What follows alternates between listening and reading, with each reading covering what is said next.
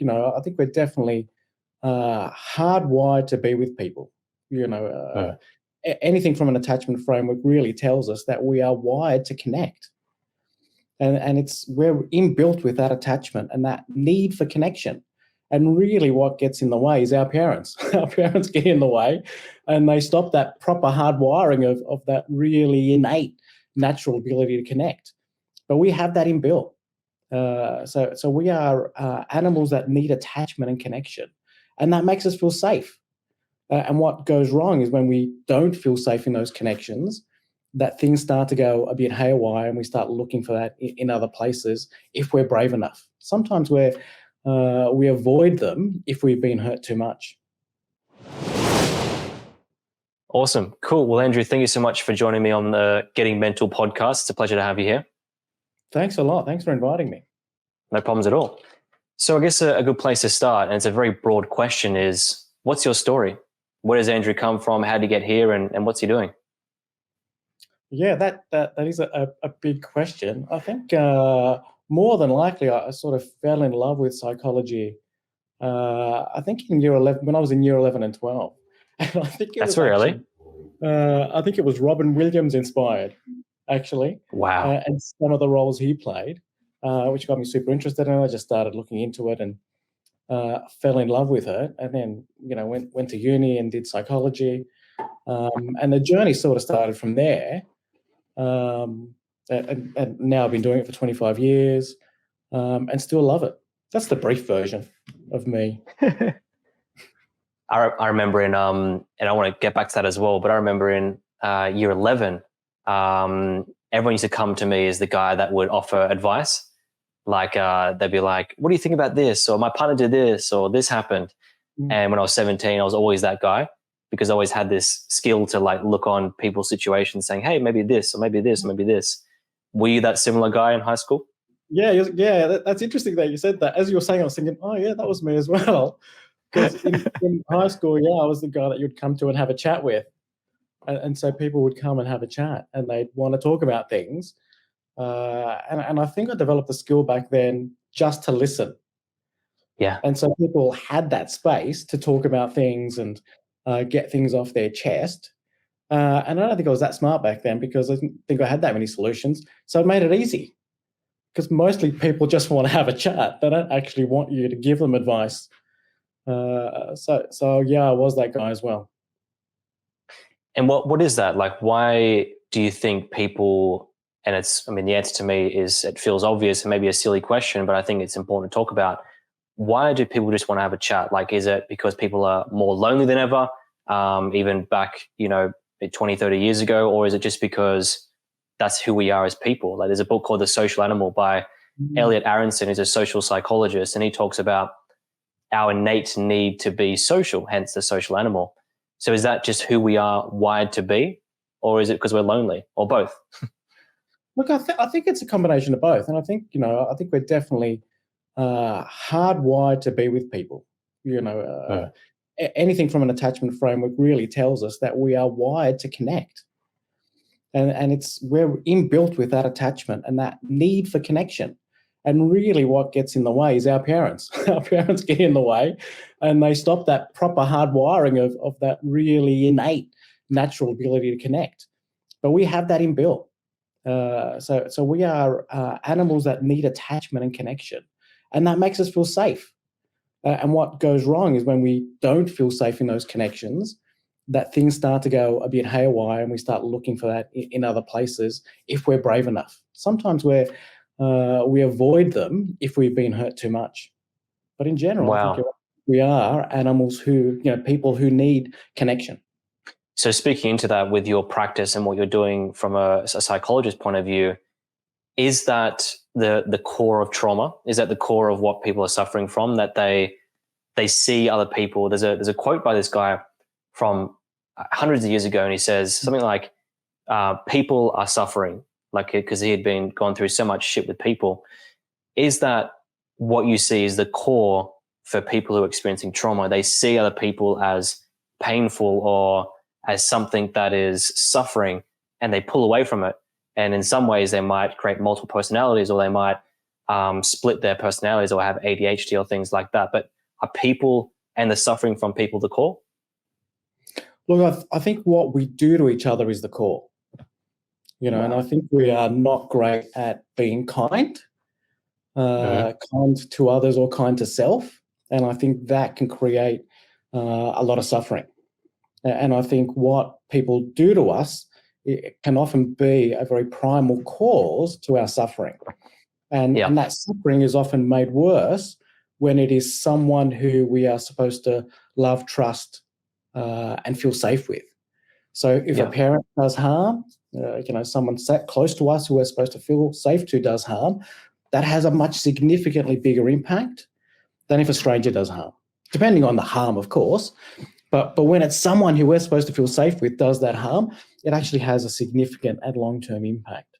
And often harm that is done to us and the trauma we experience, for me, and I'll talk about this when we talk about EMDR in a bit more detail, is really the cause of symptoms. And you mentioned ADHD. I don't think ADHD technically is trauma-related. I think some trauma can create symptoms that are ADHD-like, and you will look ADHD-like. And there are some things like, if you have a head injury that impacts your frontal lobe, you may end up with ADHD. But trauma will make ADHD at a core worse. So neurodevelopmental disorders like ADHD and autism, trauma will make those worse. So it's not like you just have ADHD or you just have autism. Trauma will make them worse. So resolving trauma can be very helpful. I think my reference point for the ADHD stuff is there's a very well-known psychologist, Gabor Mate. Yeah. Do you know him? Gabor Mate. He talks about the analogy that he gave, and I don't know if it's backed in science, but the reason I brought ADHD up is because he says that when a child goes through an environment that they don't want to be in, so for example, like this is the analogy he gives on the Joe Rogan Experience. He says to Joe Rogan, like, what if I started to, abuse you, like hit you or punch you? And then what if I start to, what would you do? What would your response be? He goes, I would either fight back or I would leave the room. And then Gabor Mate says, well, then what do you do if you can't do either of those? You split yourself internally in a way. And attention deficit hyperactive disorder is where you make that split in your mind. Your attention is always going around because you're distracted by the environment, or the environment is too intense. You're just like, okay, I can't control something right now. I need to flip that switch, right? And if we look at the adaptation principle, which is that there's things that humans can adapt to and they can't, one of the things that we can't adapt to is a lack of certainty, or lack of control, I should say. And so we will always do anything to get control back. And you look at some of the poorest countries in the world, whether, how poor they are, they'll find a way inside the realm of that poorness or that, low socioeconomic status of, not having resources to find control and autonomy in some way. Yeah, I think you're spot on. And I'm a huge fan of Gabor. And Gabor does have that argument where he does talk about the impact of trauma, especially early developmental trauma, and the impact from that early attachment trauma in that environment. Because he really talks about, and within that framework, he does actually talk about some subsets, really small subsets of ADHD and autism actually being trauma formed, and that early attachment trauma can create splits. It can actually fragment your personality, and those fragments turn into parts, and those parts can become very hypervigilant. And so you've got a part that's scanning the environment all the time, or a part that is getting you not to talk, or a part that gets you to fight and be aggressive. When you've got someone who, for example, has really significant issues with anger, is really violent, that person has an early attachment framework where they develop that angry part to protect themselves. Anger and aggression was a protective part, and it would have served them in their early childhood really, really well. As an adult, it's not as helpful, right? But you've really got to work with that part, because that's a split part of them that really uses anger and aggression as a protective means to protect their system. And you do parts work to help that individual. But that could be anger and aggression, could be severe anxiety, could be severe depression, could be a part that's very critical of them, that is always abusing them. These parts are all created often in early childhood, pre-10 years old, as protective mechanisms to help you cope with what the environment is giving you. Wow. So would you say then that there's a few things, we're going on a few different pathways here, and I want to tie it all together. But the first thing I noticed there is that it sounds, and correct me if I'm wrong here, I'm going to assume, but correct me if I'm wrong, that the reason that one experiences trauma is because of other people and a lack of safety around people. They then create these parts of themselves to then cope with them. It could be, social anxiety. It could be anger. It could be outrage. It could be antisocial behaviors. Or in a more positive scenario, it could be, pro-social behaviors like, feeling comfortable in one's body and being confident. Like they've had so many positive experiences with that. They trust people.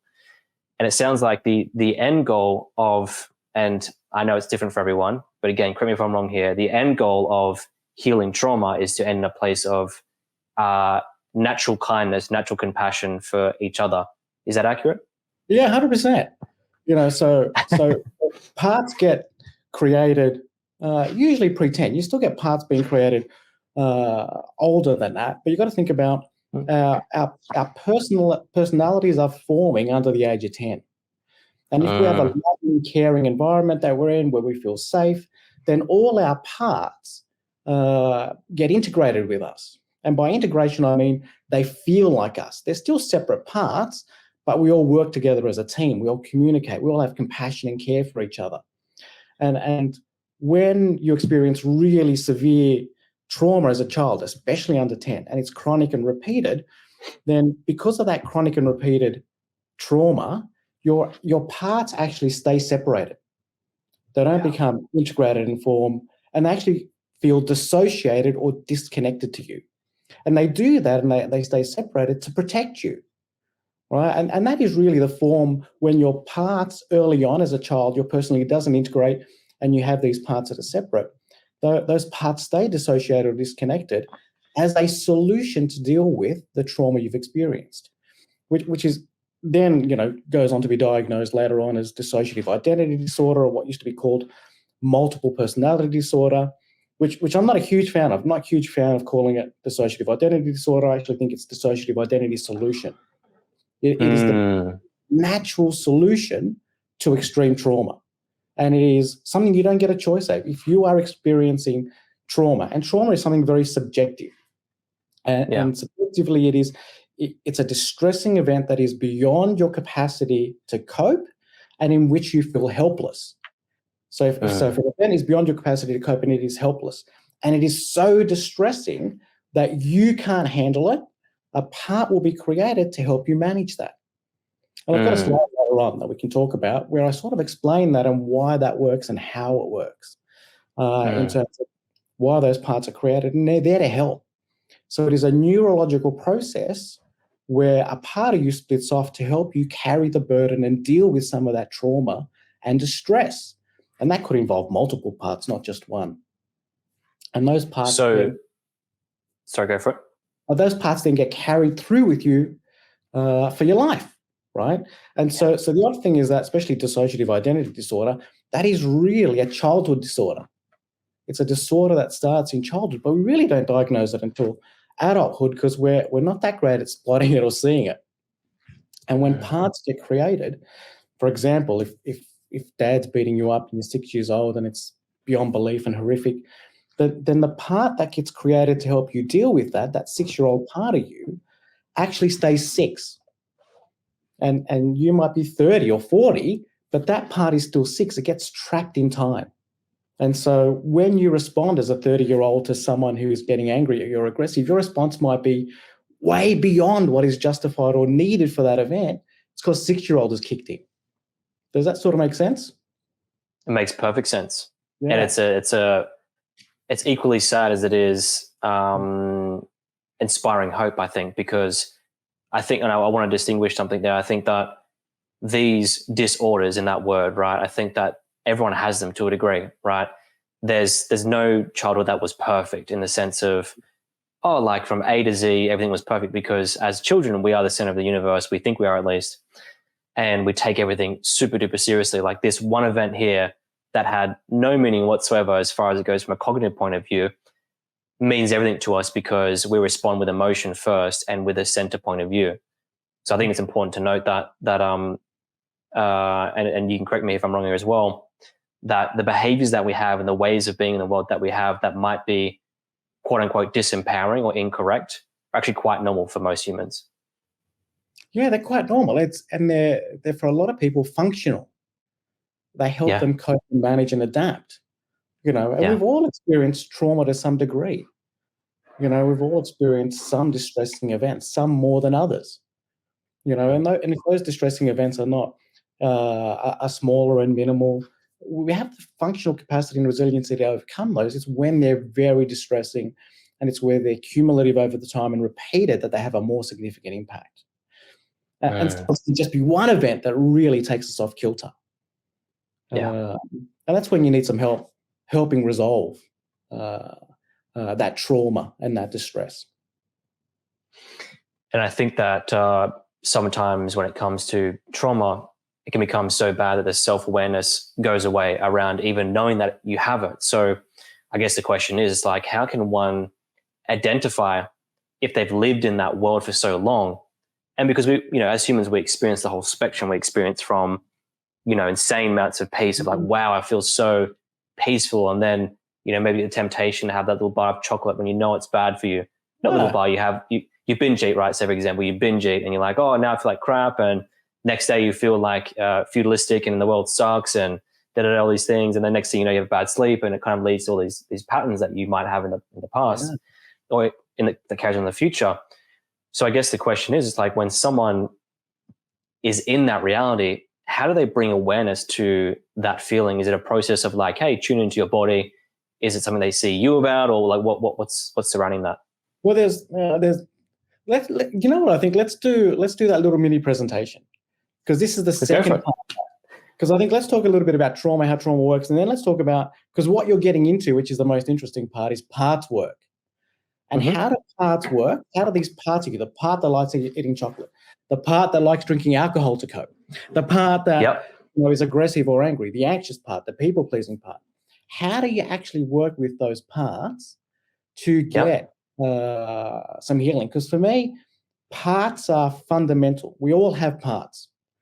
Whether those parts are a part of us, disconnected to us, dissociated from us, has an impact on how we work with them and how we deal with them. And for me, parts are fundamental to how we see ourselves and how we relate in the world. Because the framework of, where do you get self-love from? Where do you get acceptance from is really with your parts. And if you can love your parts can love you. If you can accept your parts and parts accept you, that fundamental framework is actually the building block for self-worth. And that all comes from building that relationship, care, compassion, curiosity with your parts. And that is a building block that you do a whole lot of therapeutic work on. That's beautiful. Let's jump into it. Okay. Let's jump. So I'm going to talk first about one of my first passions, which is EMDR. And I'm going to talk about EMDR. And by the way, feel free to use me as an example if you wish. Well, I'm going to get you to do it with me. Great, let's do it. So we're going to do EMDR. Let me take a seat back. How I get someone to think about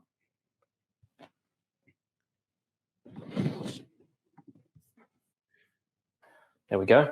All right. So I'm going to talk you through EMDR, which is eye movement desensitization and reprocessing. Okay. Now, EMDR is really an 8-phase therapeutic model. And it goes from what most therapies do, which is doing a really detailed client history, a formulation of what's going on, doing a treatment plan, but it's a really detailed trauma history. Then you do some psycho-ed and prep. So you do psycho-ed on how EMDR works, and we're going to talk you through that today. And then you do preparation, which is really about grounding, emotion stabilization. Don't do that for everyone, but I do that with a fair few people. And within that trauma identification, as phase 3, you're really doing a timeline of all the trauma someone's been through. And that could be very small things to very big things. And then you're picking one of those to then do in phase 4 some trauma processing. And I'm going to talk you through how that works, because it's such an interesting process.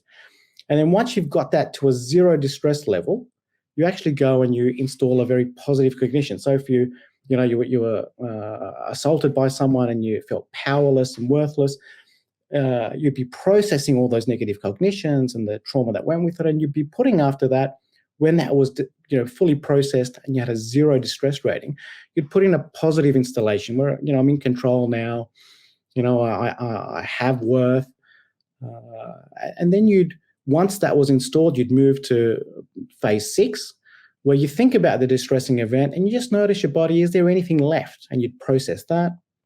And then you'd close that off.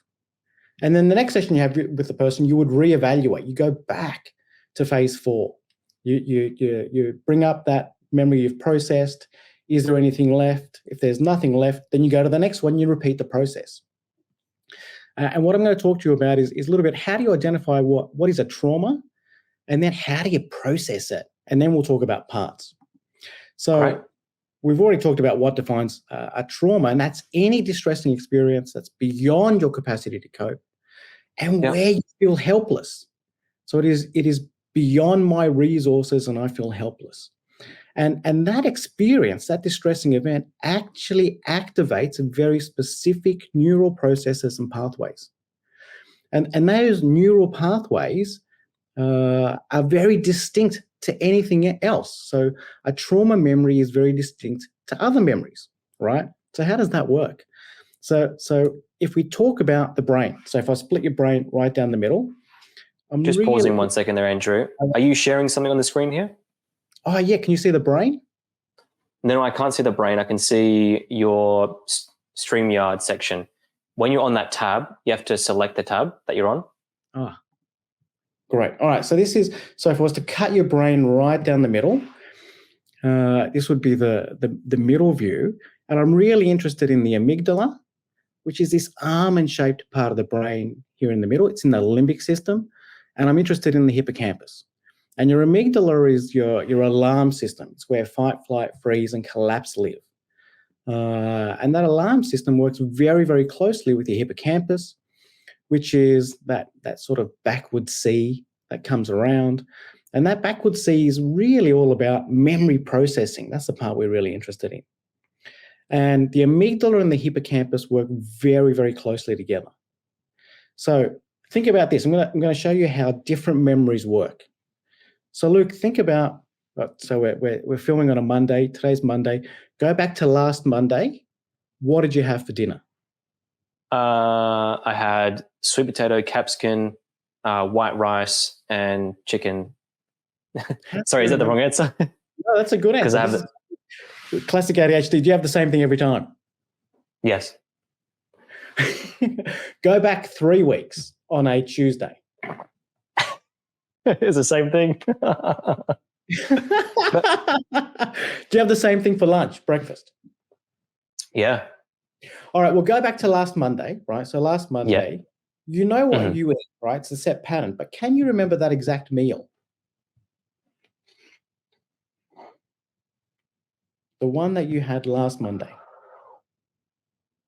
If I'm honest with you, I can, but only because on Monday nights I watch a specific TV series that links that memory to that. But if you said last Thursday, I wouldn't know. All right, so let's do. I wouldn't remember. But there was something novel, right? So something novel helps you remember. So let's go back 2 Thursdays ago. So not last Thursday, but the Thursday before. Yep. Can you remember what you had for dinner then? Can you remember that exact meal? No, I can't.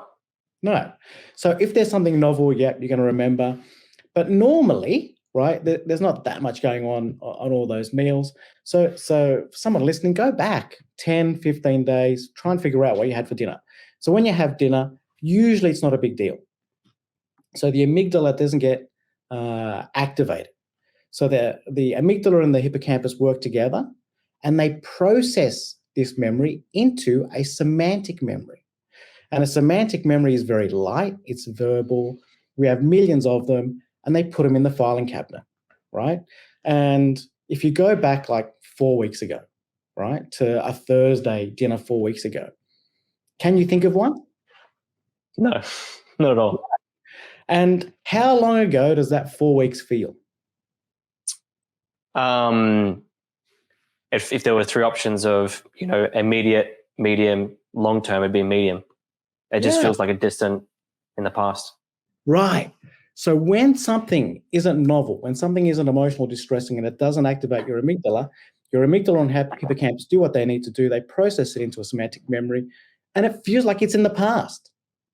Yeah. Right. And that memory is date stamped to the past, and you have millions in there. Right. Whereas now I'm going to get you to go back to something that was distressing, childhood. You're not going to tell me what that childhood memory is. I'm just going to ask you the age. So go back to something that was distressing. The first thing that popped up, which I'm happy to share with you, I don't mind. I mean, the first immediate memory that popped up was, I think when I was like 7, maybe 8 years old, and I was at a friend's place, and like a family friend's place, and I threw a swing at my sister's head, and it gushed her eyebrow open and just bleeding everywhere. And I remember feeling awful after I did that, but I remember feeling like I didn't want to appear feeling awful because I didn't want to be emotionally vulnerable. But I remember that. That's the first thing that came up. So that was, how many years ago was that when you were 7? Well, I'm 29, so 21, 22 years ago. Great. So that was 21 years ago. Did you backtrack, or did it just pop in really? It popped in after, I'd say, 1 or 2 seconds. That's the first thing that popped in my mind. Yeah, great. And when you think about it now, really go into that memory. Okay. How clear is it? It's pretty clear. It's pretty clear. And can you feel it or not really? Yeah, I can. I can feel it, but not in the same emotional intensity, but I can certainly feel it for sure. Yeah.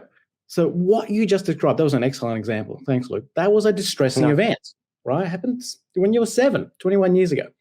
Because that was such a distressing event, your amygdala got activated, and the potential action of that amygdala increased.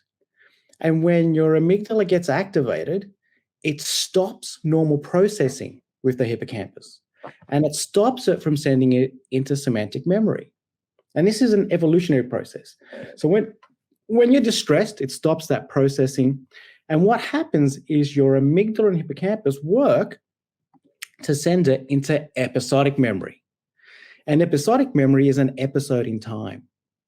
And what that episodic memory does, it encapsulates all the images, all the feelings, all the thoughts, all the smells, physiological sensations you were experiencing at that time. And what it does is it stores those in the safe. And normally it stores them in the safe, and you can close that safe shut. But oftentimes, if you've had something distressing happening or a lot of things happen, that safe will be open and you will be elevated all the time. And that memory, if we went to someone who had, a sexual assault or something very, very serious, what happens is that distressing memory gets stored as episodic memory, and it gets date stamped, present, and active. It doesn't get a date stamp of past. And there's an evolutionary reason for that. So imagine we go back 300,000 years to Neanderthal. And Neanderthal is walking with another Neanderthal in the forest, in the woods. And in the forest, Neanderthal sees their Neanderthal friend get killed by a lion. If there was nothing neural that would occur, then that memory would be sent into semantic memory. And 3, 4, 5 weeks later, 6 months later, the next time you saw a lion, you'd be thinking, why is that lion not okay? We needed a better mechanism that would activate that memory straight away, so that if you saw a lion, emotionally you would get activated, the amygdala would get activated, and you'd run into fight, flight, freeze. So it helps us with our survival to have a separate mechanism that stores distressing events. And that's what episodic memory is about. And Francine Shapiro sort of figured all of this out. She's the inventor of EMDR, invented this in early 1980s, was really vilified when she sort of figured all this out and came to these conclusions, but got a whole lot of support with research as it evolved over the 30 plus years that it's been around. And Stickgold in the early 2000s argued the case that it's these episodic memories and the accumulation of these episodic memories that actually cause your symptoms. So they cause the symptoms of PTSD, in some cases depression, anxiety, and a number of other things. And by resolving and processing these memories, and by processing them, we're trying to move them from episodic memory into semantic memory. So they lose their emotional valence, their distress. And it's by shifting those memories across that you actually reduce and resolve your symptoms. Does that sort of make sense? It makes perfect sense. So let's talk about the, just to tie this all together for the listeners and for myself, how does this look like in day-to-day life, and what effect on the body and the mind and one's life can this have over the long term? We talk about stress very generally, but I imagine, like when there's an undertone, and I understand episodic memory might be more about, I might just go back to the other screen here. Hang on a second. Yeah, so I'll come back to that in a second. I'll show you how EMDR works. So you're right. So those symptoms can have small impacts, big impacts. They can be from, I'm not sleeping, I can't sleep, I'm awake 4 a.m. every morning, to I am excessively drinking to numb the pain, to I am hypervigilant, aroused, I am anxious all the time, I am feeling depressed and exhausted, or I'm getting flashbacks, I have a startle response, I am reactive to anything in the environment. So it could be from very small things to very big things. And the more distress and trauma, the impact it has on you, the more debilitating the impact on the individual. And the bigger the impact on their functioning day to day. Because not only does it impact them, but then impacts their ability to engage, to be social, to work, to relax. All of these things get impacted, right? So it's not just the impact on you, but the impact on what you do, the impact on others. It has a far-reaching effect. Yeah. And why does, if I said to you, well, Andrew, they're just bad habits, I need to rewire them. I need to read books on habits, and I need to write my bad habits down, and I need to just, for 30, 40 days, try to rewire my habits. Why doesn't that work?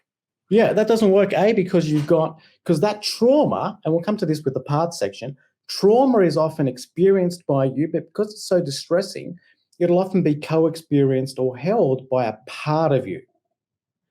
Right. And that part that gets traumatized is holding on to that trauma for you. All right. Sometimes it leaks out. Sometimes it expresses all the time. Sometimes it's holding it back. But those parts with you need to resolve that trauma together. If you try and do a whole lot of behaviors without involving or engaging your part, you're not going to get very far. So, for example, if you're, I had one client who was sexually assaulted at night and were repeatedly sexually assaulted. So every time they went to bed as an adult, this happened when they were, between 5 and 10. So they're 50 now.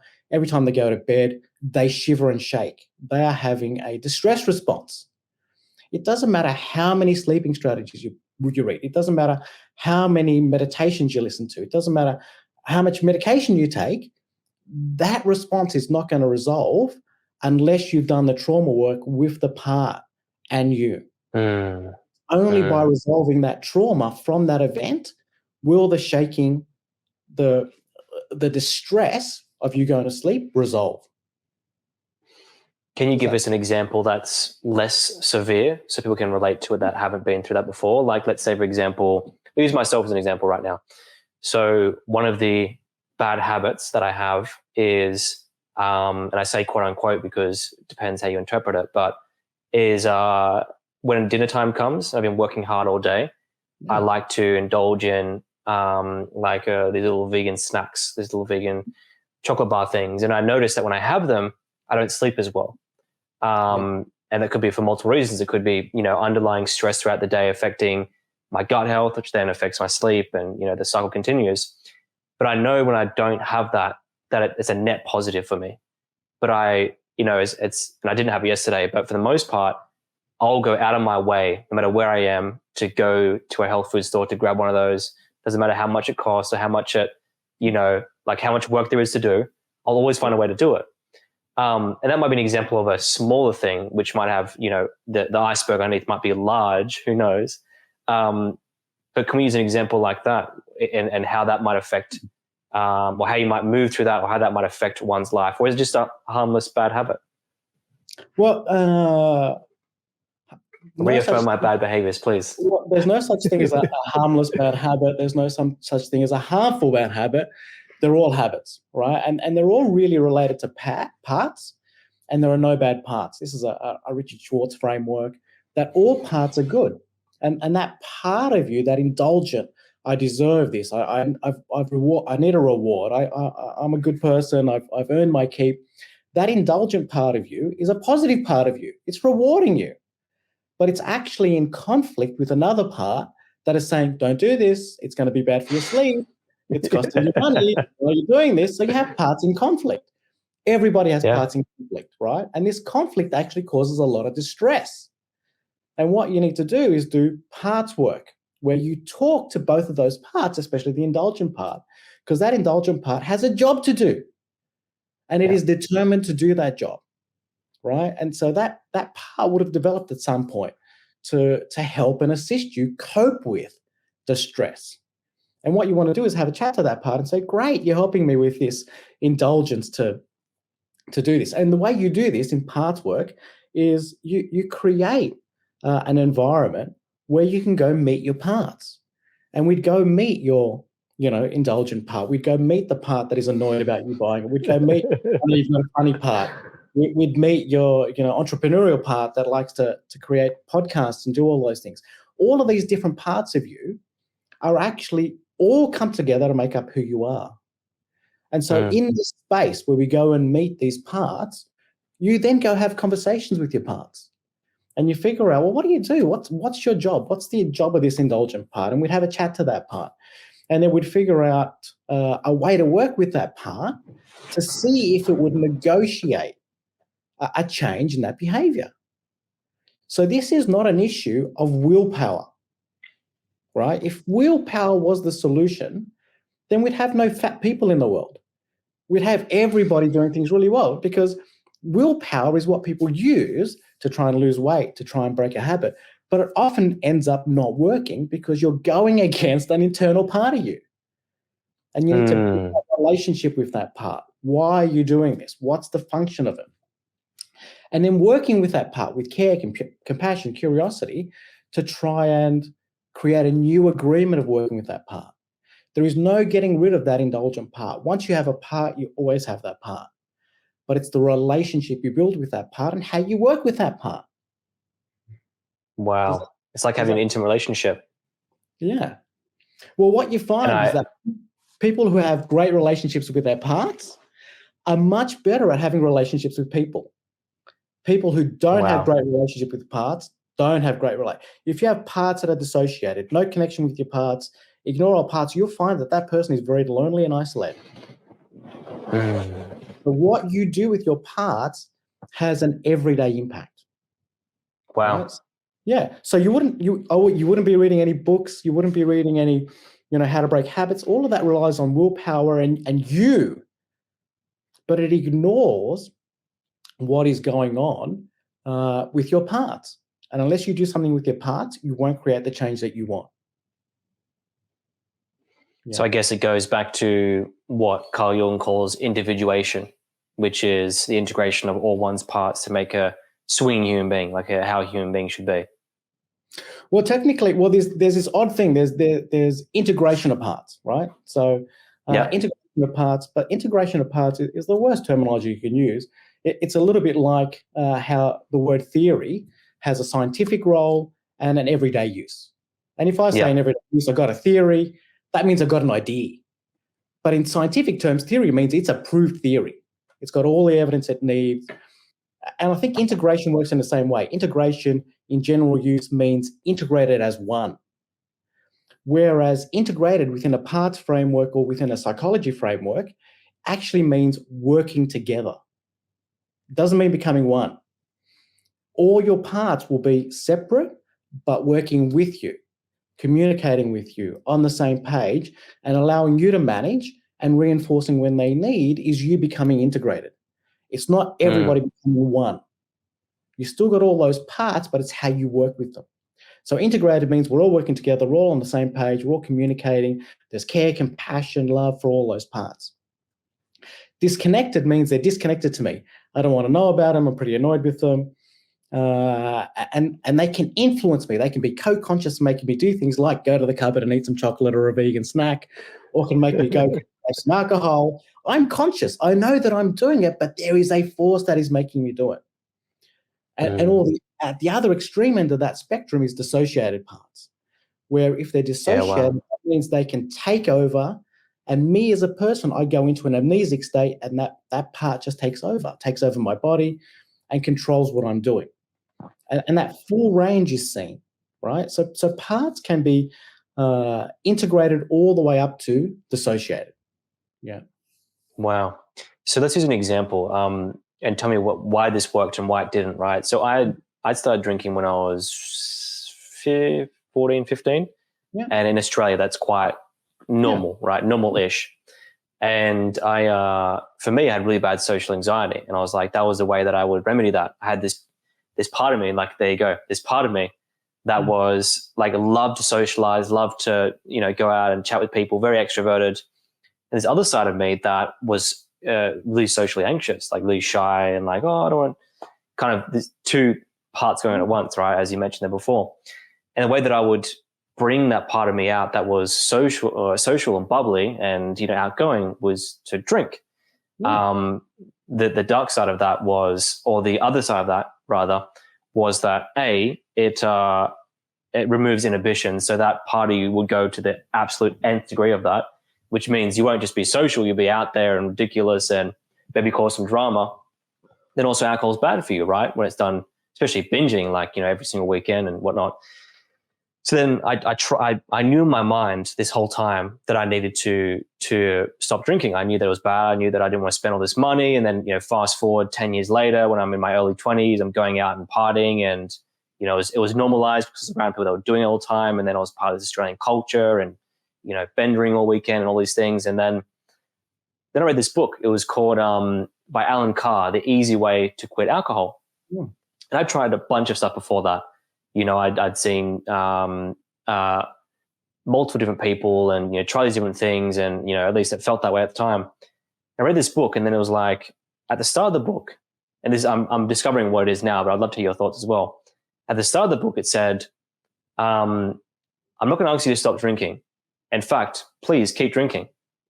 Please carry on drinking. Like, don't worry about stopping right now. In fact, at the end of this book, I'm going to ask you to drink. I'm like, okay, that's weird. Great marketing point, but really weird. And I read this book, and it started to give an airtight argument as to why people drink and, and how it begins. And it uses the example of the pitcher plant, which is this circular plant, and it has this like sugary saliva down the middle of it. And flies would go in there, and they'll start having a sip of the sugary water. And they go down further, it gets more and more sugary to the point where they get down to the bottom of the plant, and they're consumed by the plant. And he uses as an analogy for alcohol, when you start drinking at, events here and there, Then you start drinking for, oh, I'm going to go out for lunch, have a beer. Then you start having it, wine with, brunch. Next thing you know, like it's a huge part of your life. It becomes, you slowly go down to the bottom until you're in that space.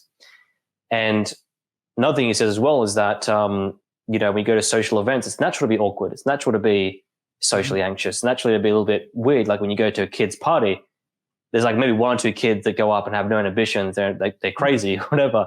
But most kids are like, ooh, like, on their mum's leg, oh, what's going on here? And they take some time to socialize. And by the time I got to the end of that book, not only had I not wanted to drink the alcohol that he said to drink at the end as the last drink, he said, I want you to be present with the drink, and I want you to drink like a bottle of vodka or whatever it is that your preference is. I want you to be present with it and feel how it tastes, feel how it feels in your body, really become present with it and drink the whole cup. I poured myself some gin, the Goku gin. They used to love drinking, not by itself, but used to love drinking nonetheless. And I smelt it straight. I'm like, I don't want that. And then from that point forward, it was 2018, at the end of October 2018, I think October 28th, actually, I stopped drinking. And from there, I've had maybe half a cup of rosé to try because a friend asked me to try their rosé. I was like, I don't even want this. So I would love to hear your thoughts. Like, why did that work as opposed to me attempting all these different things, like buying courses, seeing people and all this stuff? And I think it's because I accepted it first and foremost, but I'd love to hear your thoughts. Why did that work as opposed to everything else I tried before? Well, when you think about that book now, yeah, what's the message that stood out the most? That nice. That my social anxiety and how I felt in social situations was normal. Right. Firstly, the same thing from what you said, right? So reading that book actually caused you to have an internal dialogue with anxious part to say, hey, this is normal. We don't need alcohol part to shut this down because it's normal. There's a whole lot of people who feel anxious. So what happened is anxious part that was socially anxious got normalized and said, this is normal. We don't need coping with alcohol part to come in anymore. So the parts were actually involved in you reading that book. And there was a normalization and an acceptance that it's okay to have this part.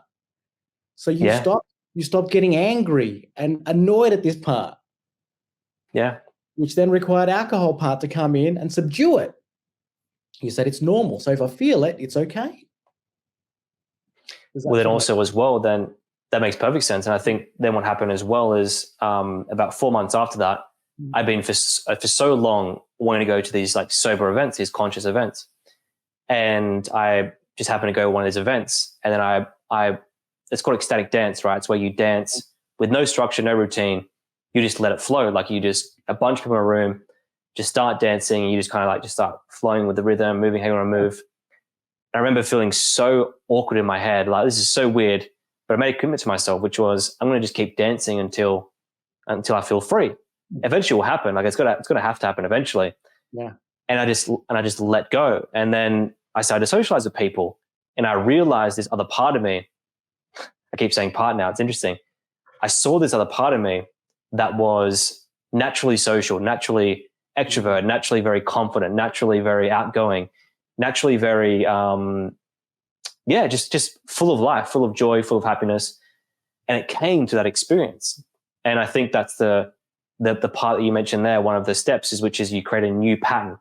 It's like I think Neil Strauss talks about this in one of his books in The Truth. He goes through this whole process of not removing, but rather integrating, whatever the word is trauma, where he's in a de-stressed state.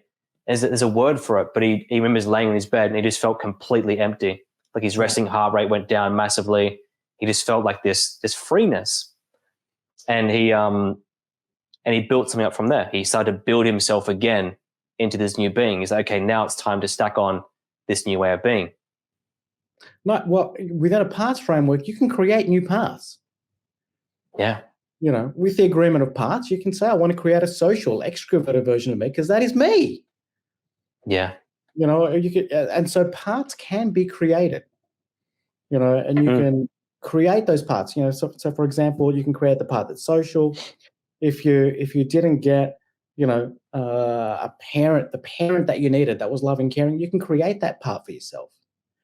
to do that for you and for your parts. So you can create parts to help create a more fuller you. And that's part of the deal with parts work. And I think that it's obviously better in a clinical setting, but for those at home who don't have access to it, the resources, not time, but the resources, the money, whatever it might be, how does one go about doing that by themselves? Well, I think one of the nicest books I've read on that is No Bad Parts by Richard Schwartz. And that book not only does a wonderful explanation of parts and how parts work, but it's got some really nice visualizations and meditations with parts to help you manage and address those parts.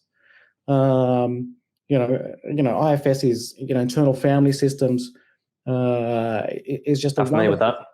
Yeah. And so Richard Schwartz developed that. Prior to that, there was really ego state therapy and defense work. So this is a long line. And I think Richard was the first one really who had a very unique way of working with parts in a very caring, compassionate way, a little bit stronger than ego state therapy did. His framework of No Bad Parts and his book No Bad Parts is a great place to start. And that book will help you map out your parts. What parts do I have? Help you understand how to have a dialogue that's caring and compassionate with parts, and then do some strategies around how to work with those parts. Yeah. Great place to start. Awesome. And then ideally, if they can, reach out to you and do a session with you.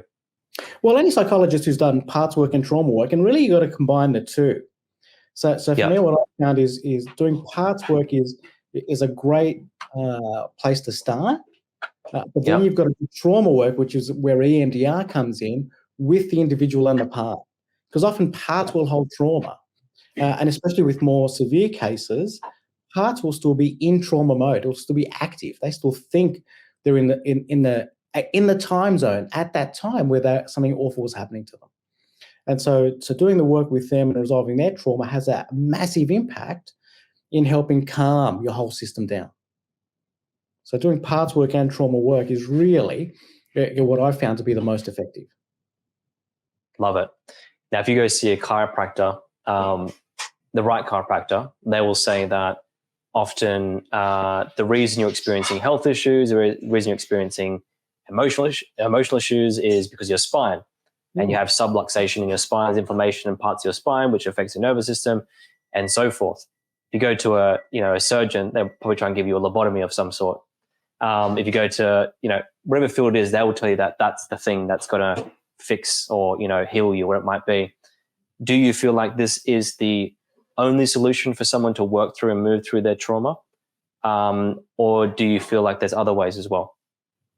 Well, for me, in terms of trauma work, really I go by, my philosophy is I only do treatment and trauma that I've used and I know works for me. So I can only talk from that point of view. And for me, I've tried a lot of therapies. I started my life off as a CBT therapist. Then I went on and did got trained in ACT, acceptance and commitment therapy. Then I did DBT, dialectical behavior therapy. Then I did schema therapy. And then I landed on EMDR and then parts work. And so I've gone through all the therapies you can imagine to land on the two that have worked best for me and the ones that have worked best, I feel, for my clients. And it is often the case that trauma is embodied physically, right? So especially with my more severe cases where people have got dissociated parts, I've got one client at the moment who is having non-epileptic seizures because of the trauma. I've got one person who faints and is paralyzed. I've got another person who has body numbing and sensations. So you can get really severe physical problems because of your trauma, and you really need to do, the medical investigations to make sure, and I recommend that first. But when medically that's been ruled out, then trauma work is the best way to go. But with all the people that I'm seeing with all of those physical symptoms, we always do the medical work first. Get it checked out, make sure, right? Because there's nothing worse than seeing someone when really there's something medically underlying. And so we always want to rule that out first, then do the trauma work. So I'm a fan of people seeing their chiropractor. I'm a fan of someone seeing, medical professionals. Get all of that ruled out. Do that and your trauma work. And if that would be my framework. And for yourself, and then we can wrap up. What is your journey out of this? Like, why did you start this? Like, for yourself, your own healing journey. Where did it start and begin? If you wanted to share. Well, I think for me it was, really about feeling lonely in the world. And feeling a bit disconnected. And why? Why was that the case? And looking at attachment frameworks and trauma frameworks, and nothing bad had ever happened to me, but it was all these little mini traumas, mini events that had a cumulative impact that ended up making me feel that way and a little bit disconnected. And that's what started me on that journey and looking at what could help resolve that. And I tried a lot of things to help resolve that, and it was really EMDR and parts work that had the biggest impact on me personally. I tried CBT and a lot of the extensions of that, ACT and DBT and schemas. And I use all of those in my therapy today, but at a core, it's really EMDR and parts work that have really shifted that feeling and that internal feeling and that feeling of just feeling more calm in the world and more calm in me. Yeah. Wow. I need that. We'll have a chat about it afterwards. That sounds awesome. Yeah.